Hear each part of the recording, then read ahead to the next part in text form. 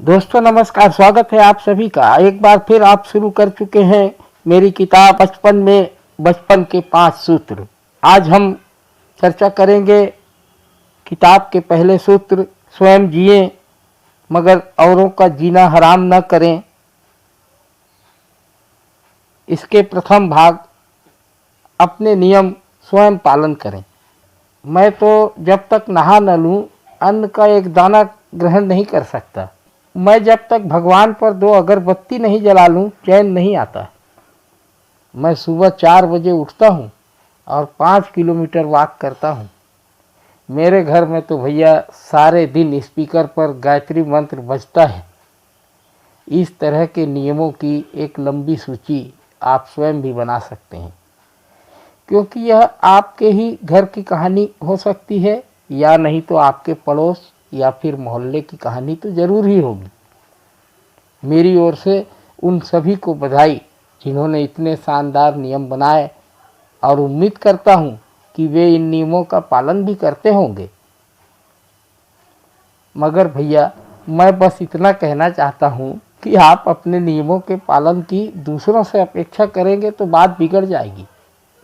हमें यह भी समझना होगा कि इस संसार में सभी कुछ नियम से ही चल रहा है। सांस आ रही है, सांस जा रही है, दिल धड़क रहा है, किडनी, लीवर, शरीर का हर अंग अपनी भूमिका का बिना थके बिना रुके निर्वाह कर ही रहा है।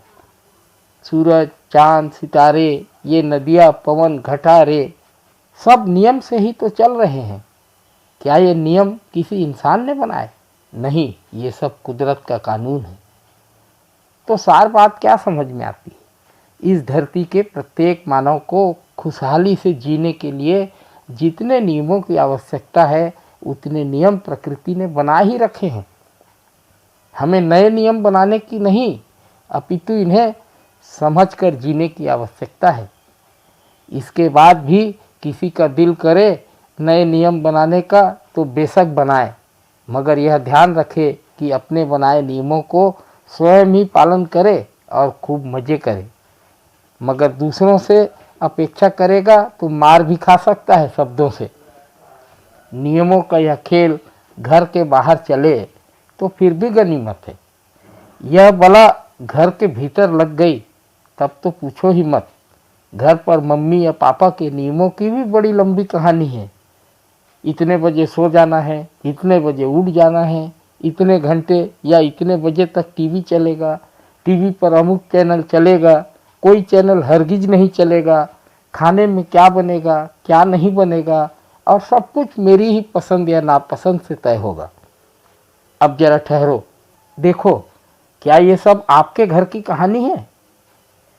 अगल बगल पड़ोस की कहानी है? थोड़ा हंस लीजिए, तनाव कम होगा।